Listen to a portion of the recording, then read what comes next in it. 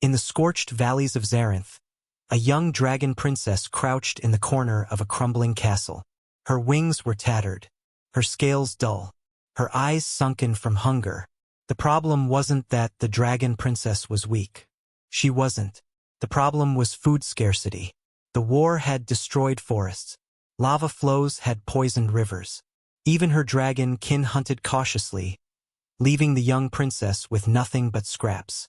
And so, she ate paper, scraps of maps, torn parchments, notices from rival kingdoms, even the occasional ledger. They crunch, she muttered to herself, nibbling another page. And they almost taste like leaves. She wasn't defeated. Far from it. Her mind, sharp and calculating despite starvation, worked constantly.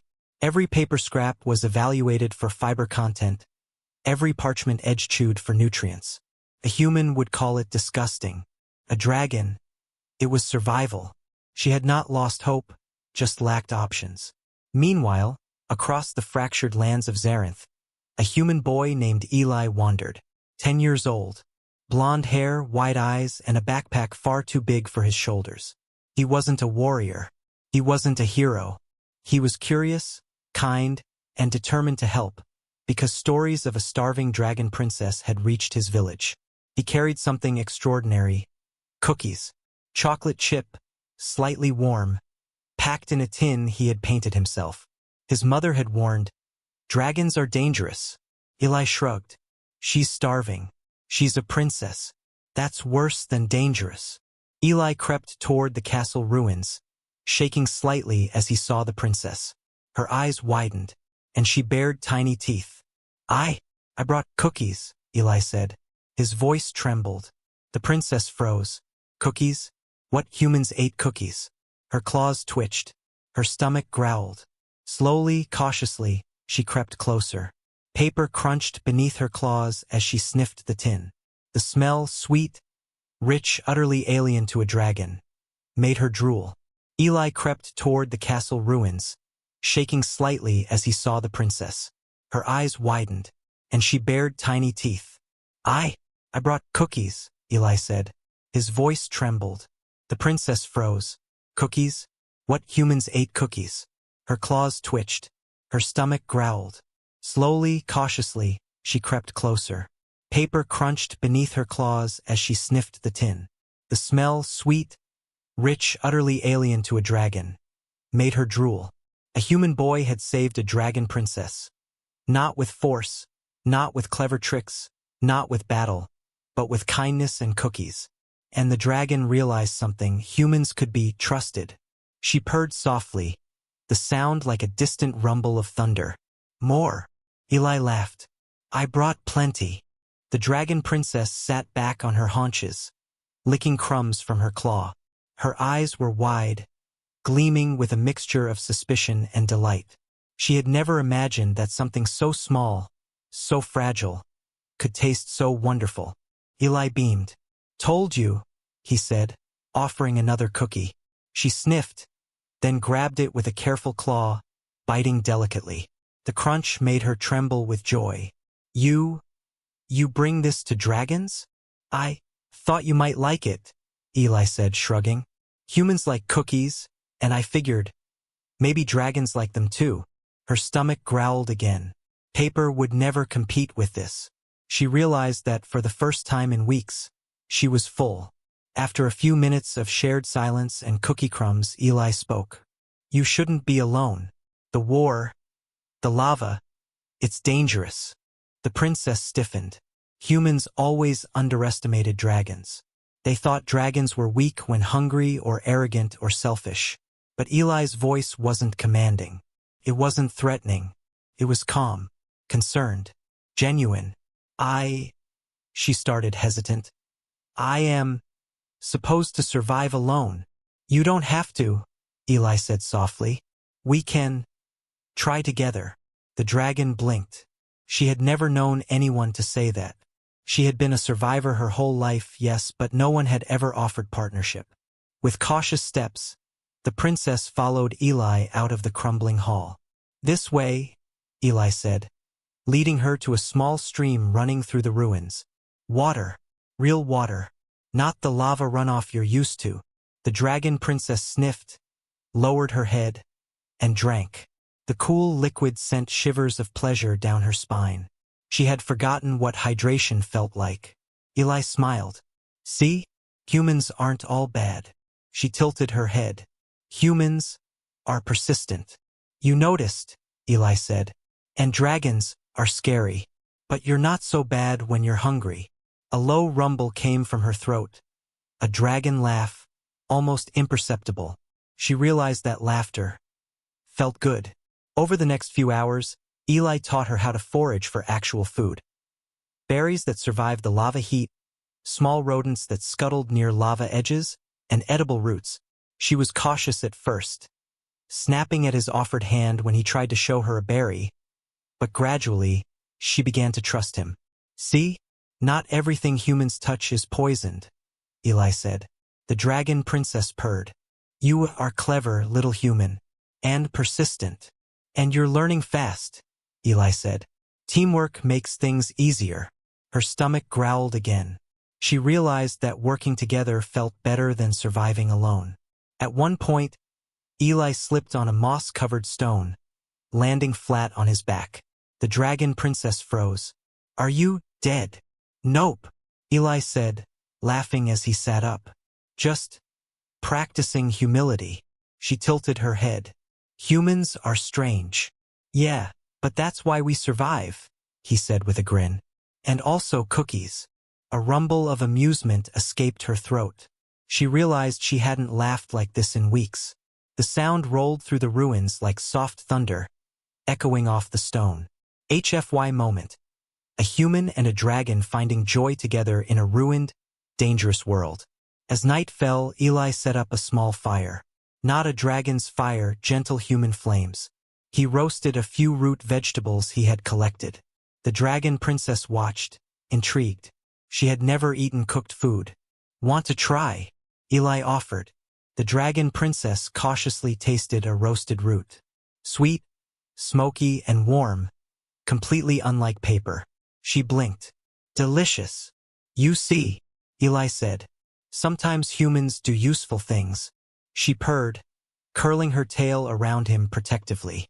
You are strange, but I like strange. As they sat together under the star-filled sky, the dragon princess realized something profound. Survival wasn't just about strength. It wasn't just about cunning or fire. It could also be about kindness, patience, and small gestures. Eli, the human boy with nothing but cookies and courage, had shown her a new way to survive. And she liked it. Days passed since Eli first brought cookies to the dragon princess. Her scales, once dull and patchy, began to glimmer faintly under the sunlight. Her wings, ragged and weak, flexed more confidently. Paper was no longer part of her diet. Real food, careful foraging, and Eli's thoughtful treats had changed that. She watched him with a new awareness. Humans were fragile, yes, but capable of persistence, patience, and care that no dragon could match.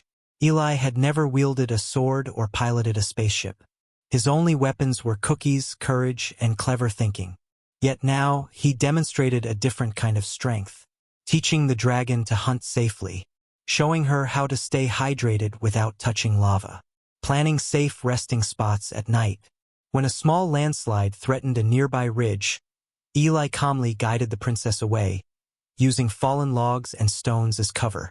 Humans are not strong like dragons, she admitted softly. But you survive where others would fail. Eli smiled. That's what makes us humans.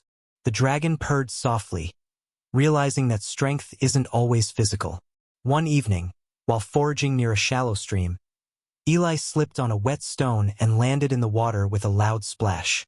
The dragon princess froze. Her tail twitched. I'm okay, Eli shouted, spluttering water. You fell? She asked incredulously. Yes, practicing humility, Eli said, shaking water off. A low rumble escaped her throat, something between a purr and a laugh. It startled both of them. Humans are strange, she muttered. And yet, amusing. Exactly, Eli said. And that's why we survive. On the third day, a pack of scavenger beasts, half lizard, half feline, emerged from the canyon, hungry and territorial. The dragon princess tensed, ready to breathe fire. But Eli stepped forward, calm and strategic. "Wait," he whispered. "Watch me." He grabbed some fallen berries and tossed them ahead. The scavengers sniffed, distracted. Then he rolled a small log, creating a path away from them. The dragon princess watched, amazed. The battle was resolved without violence. "You could have burned them," she said. "Yes," Eli replied. "But that's not always the best way. Sometimes patience is stronger than fire." She realized he was teaching her strategy beyond instinct, something dragons had never truly learned. By the fourth day, the dragon princess no longer ate alone. She shared food with Eli. She protected him instinctively, circling around him when danger approached. She even purred when he scratched her scales gently, trusting the human enough to let him near. Eli, for his part, treated her with respect. He didn't force affection, didn't demand obedience, didn't assume she was helpless. They had become a team. And the princess realized something else. Humans were not just creatures to be tolerated. They could be allies, protectors, and friends. Her wings had grown strong enough to lift her slightly off the ground. Eli clapped, encouraging her. "Try it," he said. "You can do it." She inhaled, flexed her wings, and with a powerful push, lifted herself into the air. Just a few feet, but enough to thrill her. I can fly again," she exclaimed. "Yes," Eli cheered. "And you didn't have to fight anyone to get here." The dragon princess laughed again, the sound echoing across the ruined valley. She realized something profound. Her survival wasn't about strength. It was about guidance and trust. That night, Eli tried to teach her a human game, catching cookies tossed into the air. She caught them with her claws, then accidentally tossed one into her own mouth upside down. She sneezed fire, singeing her own tail slightly. Eli laughed uncontrollably. "See? Even dragons make mistakes." The princess tilted her head. "Humans laugh at mistakes?" "Yes," Eli said, smiling. "It makes life easier." She purred, leaning closer to him. "Then perhaps humans are cleverer than I realized." It had been weeks since Eli first brought cookies to the dragon princess. She had regained her strength, learned strategy, and trusted the human boy completely. Her wings gleamed, her scales shimmered, and her eyes sparkled with renewed life. But peace is always temporary in a dragon's world. A massive shadow darkened the valley. From the cliff above, a rival dragon descended. Black scales, jagged horns, and fire that could melt stone. He had heard of the princess's survival and came to claim dominance. The dragon princess tensed instinctively. Fire bubbled from her nostrils. Her claws dug into the rock. Eli stepped forward. "Wait," he said calmly. "We can do this without fighting." The princess blinked. "Without fire?" "Without fire," Eli confirmed. "Watch and trust me." The rival dragon roared, flames flaring from his mouth. He circled them, ready to strike. Eli dug into his backpack and pulled out what else? Cookies, chocolate chip. He held them up. The rival dragon froze. The princess tilted her head. "You tempt him with food?" "Yes," Eli said. "All creatures, even dragons, have something they want more than a fight. Hunger, curiosity, or cookies." The rival's nostrils flared. His eyes narrowed. He inched closer, but paused, sniffing the warm aroma. Eli tossed a cookie carefully to the rival. It landed near his claw. Slowly, cautiously, he sniffed it, then ate it. The princess's jaw dropped. It worked. The rival dragon looked confused. I am supposed to battle her." "Nope," Eli said cheerfully. "You're eating cookies instead. Much safer, right?" The princess purred. "Humans are strange." "Yes," Eli agreed. "But that's why we survive." The rival dragon blinked, then leaned back, wings relaxed. For the first time in his life, he didn't feel like fighting. The princess glanced at Eli. We didn't even use fire. Exactly, Eli said. Sometimes the best battle is the one you don't fight. They walked side by side, the princess's claws careful not to crush the human. The rival dragon trailed behind, now curious rather than aggressive. HFY moment. Strength isn't about domination. It's about trust, intelligence, and cooperation. That evening, under a sky streaked with stars, Eli and the princess sat together. The rival dragon had joined them, munching cookies quietly. You've changed my view of humans, the princess admitted softly. I thought you were weak, selfish, unworthy of trust. Eli smiled. Some of us are, but many of us are kind. We survive together, not alone. She purred, leaning against him gently. You saved me, not with strength, with cookies, patience, and courage. And you saved yourself, Eli said, by learning to trust, to cooperate, and to see that strength comes in many forms. The valley was quiet, except for the soft crunch of cookie crumbs and the occasional purr of a dragon. Across the ruins, observers from other species noted, humans survive not because they are the strongest. Humans thrive because they think differently, act kindly, and inspire trust. A human boy had saved a dragon princess and even tamed a rival dragon without ever raising a weapon. It was, without exaggeration, history rewritten by humility, cookies, and heart. Months later, the dragon princess regained full strength and health. Eli became her honorary companion, traveling safely across the valley. The rival dragon became an unlikely friend, respecting humans for the first time. The valley became a neutral zone where dragons and humans coexisted peacefully. The princess sometimes nibbled cookies while looking out over the cliffs, remembering the boy who had brought her hope. Eli, meanwhile, kept baking and sharing treats, because he had learned that even the fiercest hearts can be softened by kindness. And somewhere in Zarenth, the legend spread. A human boy saved a dragon princess with cookies. HFY. Humor, heart, and respect. Proof that courage, intelligence, and kindness can triumph over raw power.